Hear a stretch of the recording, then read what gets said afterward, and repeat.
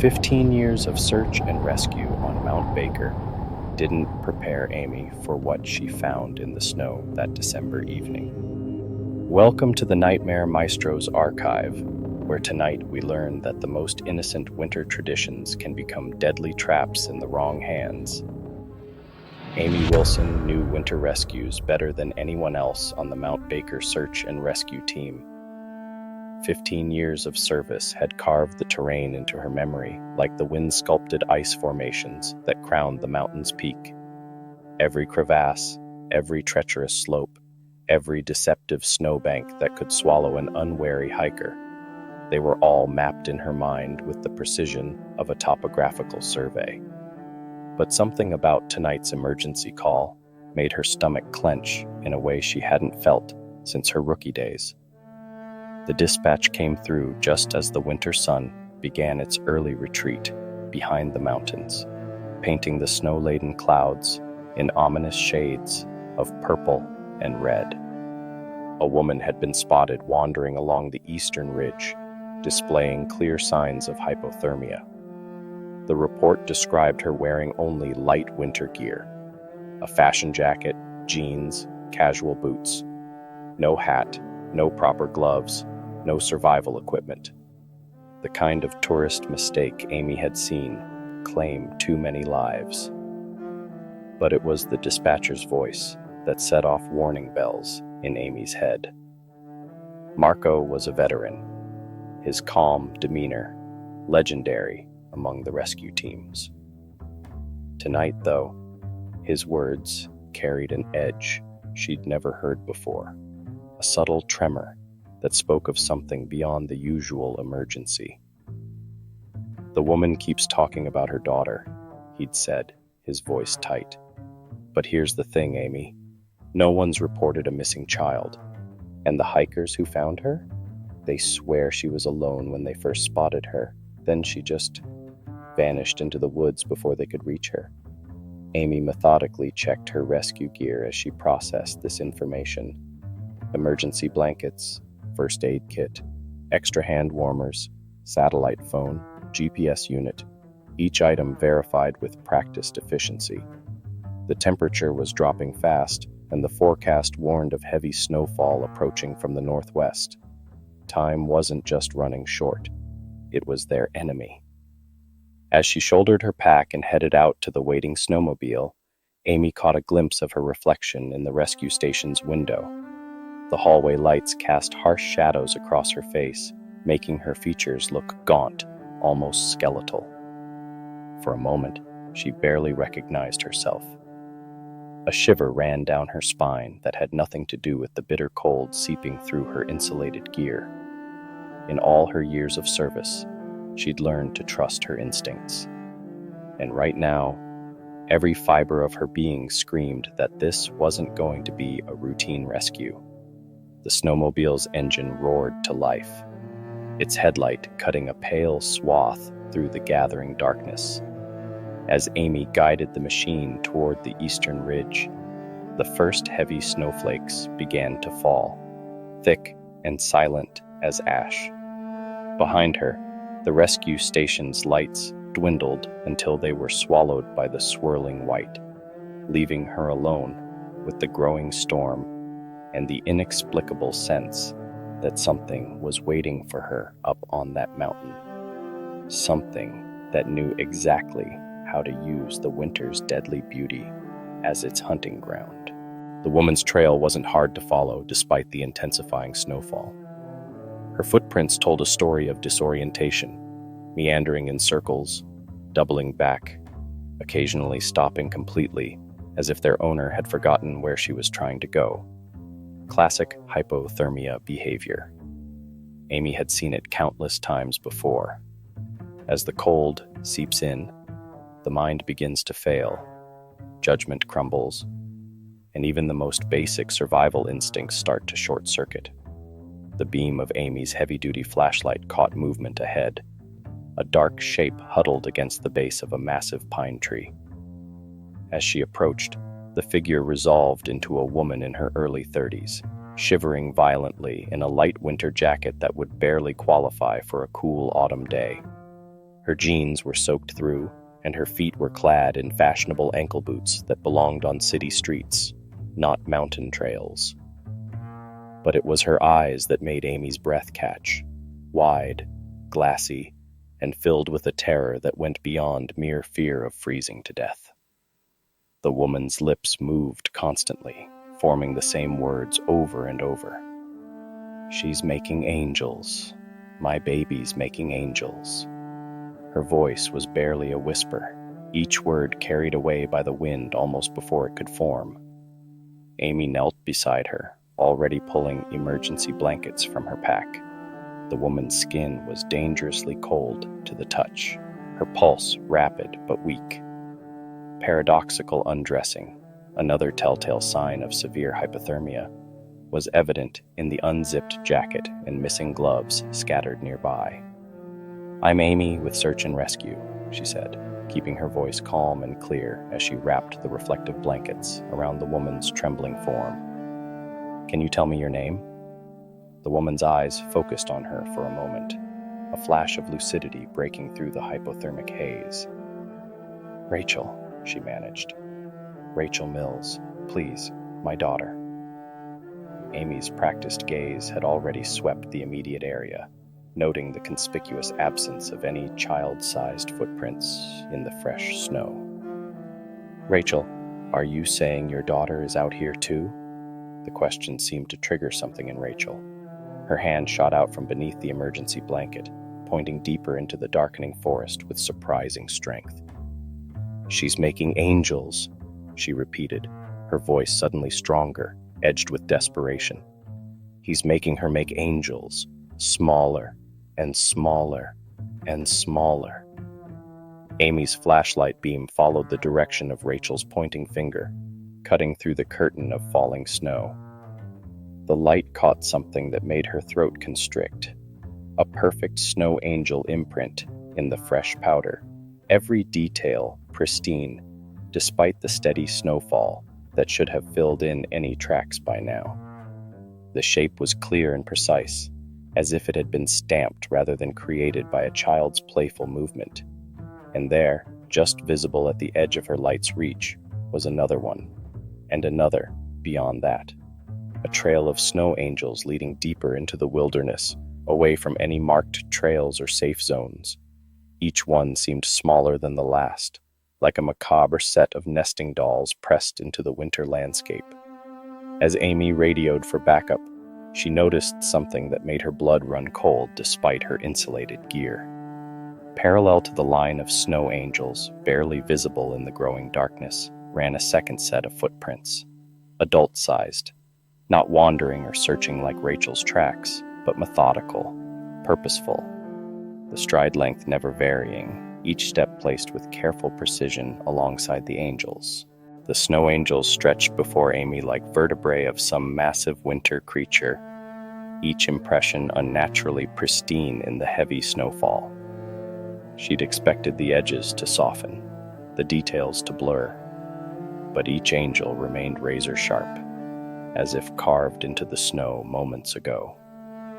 The first few were clearly adult-sized, matching Rachel's height. But as Amy followed their progression, her stomach tightened. They were shrinking. Rachel's voice drifted from the thermal shelter, taking on a sing-song quality that made Amy's skin crawl. First the big ones, then the small. Watch them shrink until they fall. The words seemed to hang in the frigid air, transforming the familiar winter landscape into something sinister. Amy forced herself to maintain protocol, photographing each angel and marking GPS coordinates, though her hands shook slightly as she worked. 12 feet. She measured the space between angels 3 times before accepting the truth. Each impression was placed exactly 12 feet from the next. Not roughly, not approximately, but precisely.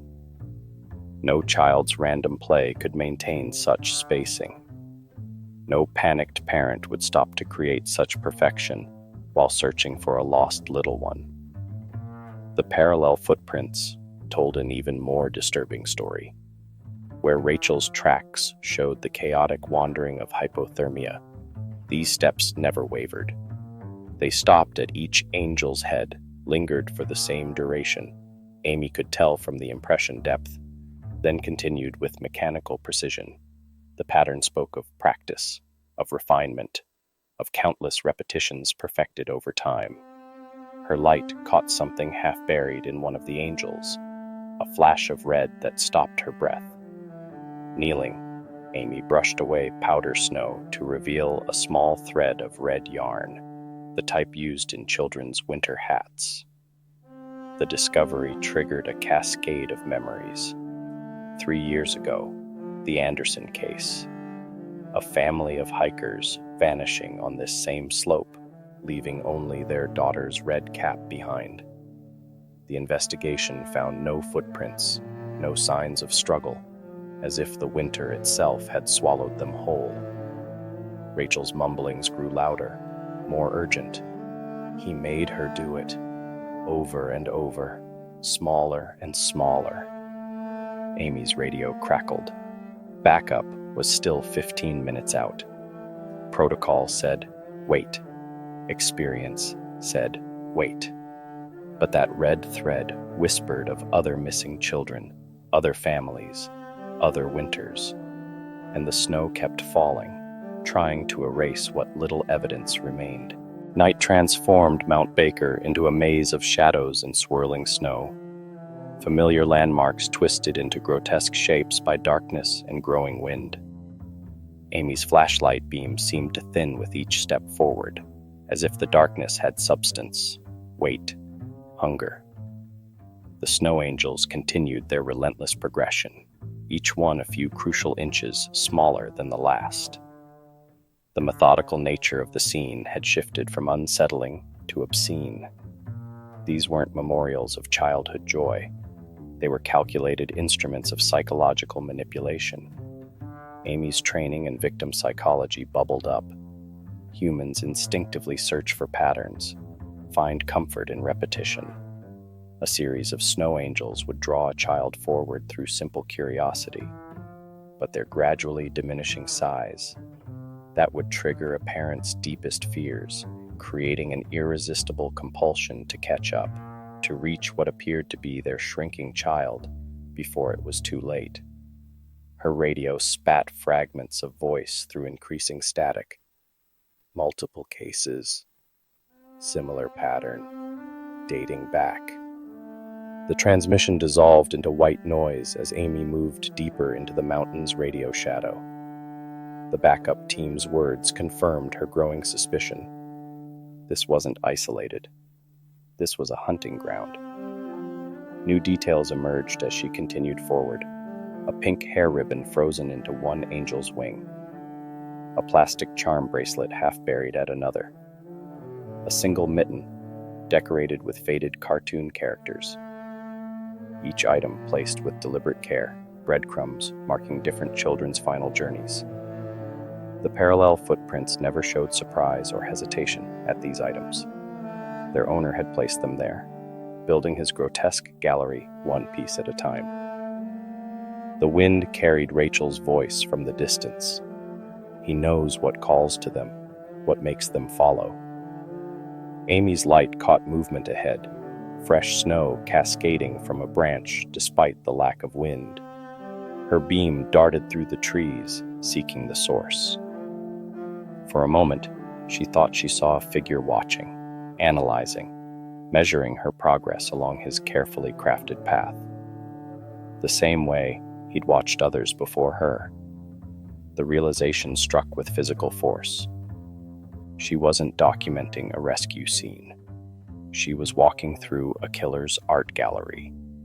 Each angel was a lure, each item a trophy, each precisely measured space a calculation of human desperation. The mathematical progression wasn't just about leading victims forward. It was about prolonging their hope, stretching out their despair until exhaustion and cold made them vulnerable, made them easy. Miller's ravine opened before Amy like a wound in the mountain's face. its depths lost in shadows that her flashlight couldn't penetrate. The snow angels had led her to this place, with the inevitability of a script being followed to its final act. The last angel in the sequence lay just feet from the ravine's edge, its size now barely larger than a toddler's frame. But it was the details that made Amy's throat constrict. The wings weren't spread in joyful play, but stretched wide in a gesture that looked disturbingly like a plea for help. The parallel footprints told their final chapter here. They approached the small angel, stopped precisely at its head, then veered sharply away from the ravine. The tracks were fresh, their edges still sharp despite the steady snowfall. Whoever had crafted this macabre trail was still on the mountain, still hunting. The thought sent ice through Amy's veins that had nothing to do with the plummeting temperature. Her radio sparked to life, making her jump. The backup team's voice was barely audible through waves of static. Multiple missing persons reports, same pattern, 3 years of cases. The transmission dissolved into white noise, but it had confirmed Amy's growing suspicion. This wasn't an isolated incident. The mountain had been this predator's hunting ground for years, each snowstorm offering a fresh canvas for their deadly art. The wind carried Rachel's voice from the distance, surprisingly clear. He uses their trust, their love, turns it into a trap. Amy's light caught movement at the ravine's edge, fresh snow sliding into the darkness below. The beam revealed more items half buried in the drift. A child's backpack, a handful of colorful mittens, a plastic snow angel maker with its handle worn smooth by repeated use. Each piece of evidence spoke of different victims, different stories, all ending at this same precipice. The realization of the killer's methodology clicked into place with horrifying clarity. The angels were more than a trail. They were a psychological weapon. Each smaller imprint created an urgency in both child and parent, an imperative to catch up to what seemed like a diminishing figure ahead.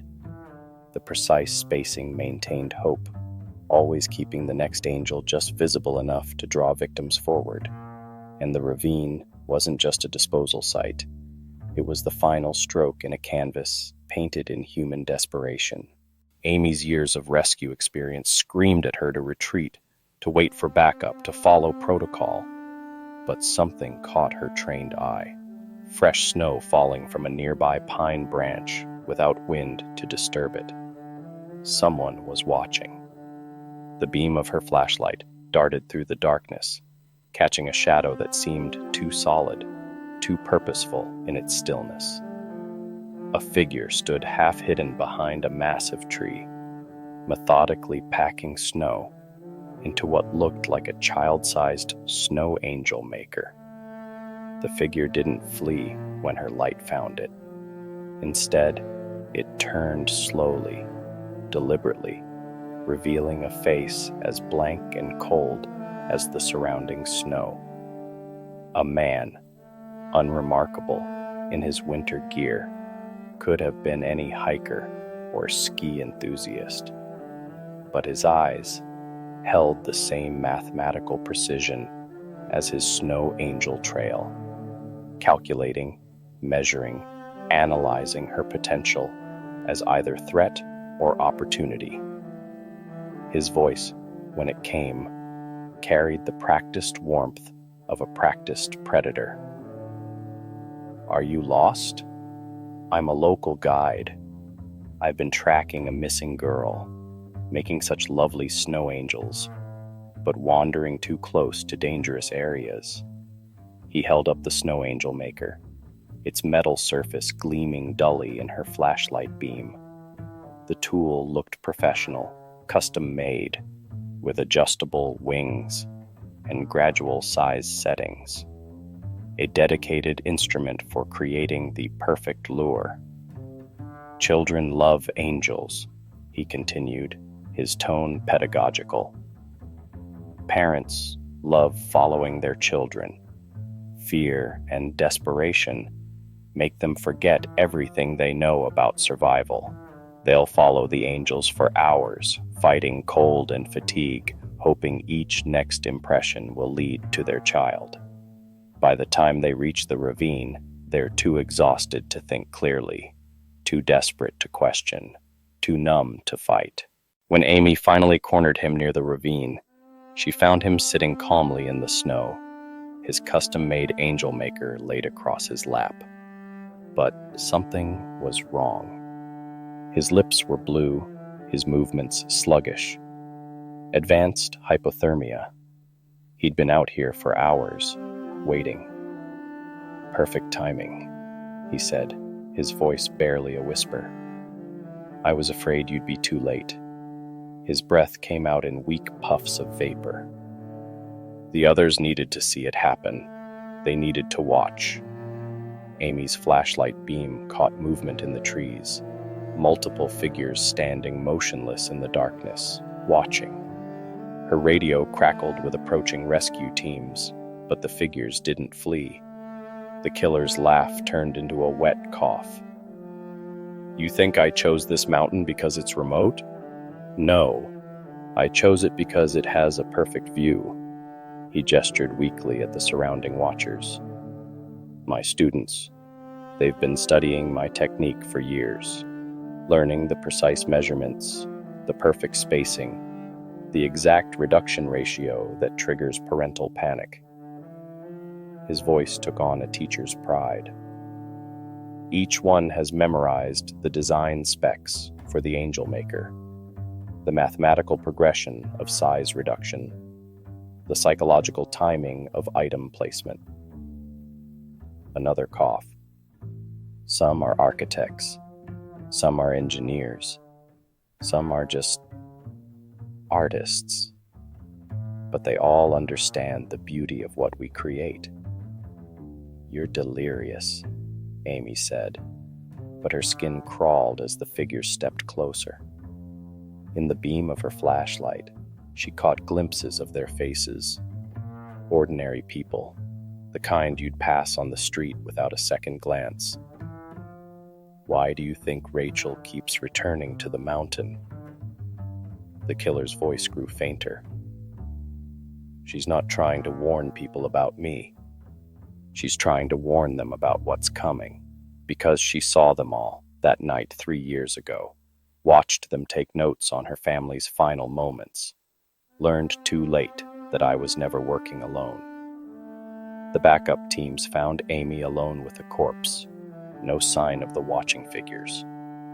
But over the next 5 winters, the pattern began repeating. Snow angel trails appeared on mountains across 3 continents, each sequence mathematically perfect, each spacing precisely 12 feet, each size reduction calculated to the millimeter, because the killer's final lesson wasn't about making snow angels. It was about turning winter itself into a weapon, transforming mankind's oldest fears, darkness, cold, isolation, into an art form that could be replicated endlessly by those who understood its terrible beauty. Amy still serves on the Mount Baker search and rescue team, but now she keeps a map marked with every snow angel sighting worldwide. The markers form a web of winter death, each point representing another artist practicing what they learned on her mountain. Their techniques evolve, improve, spread like a virus through the winter rescue community. After all, the snow falls everywhere, and some lessons, once taught, can never be unlearned. Like footprints in fresh snow, the best horror stories leave their mark on those who discover them. These tracks we follow in the dark deserve to be shared. Don't forget to subscribe to the Nightmare Maestro and hit that notification bell to ensure you never miss a chilling tale. If this story sent shivers down your spine, share it with fellow horror enthusiasts who appreciate psychological terror that lingers in the mind. Drop a comment below about your own winter hiking experiences, or your theories about what really happened on Mount Baker that night. Did the killer truly work alone? What happened to his watching students? After all, every storyteller knows that the darkest tales gain power when shared around the digital campfire, and somewhere out there, snow angels are still being made.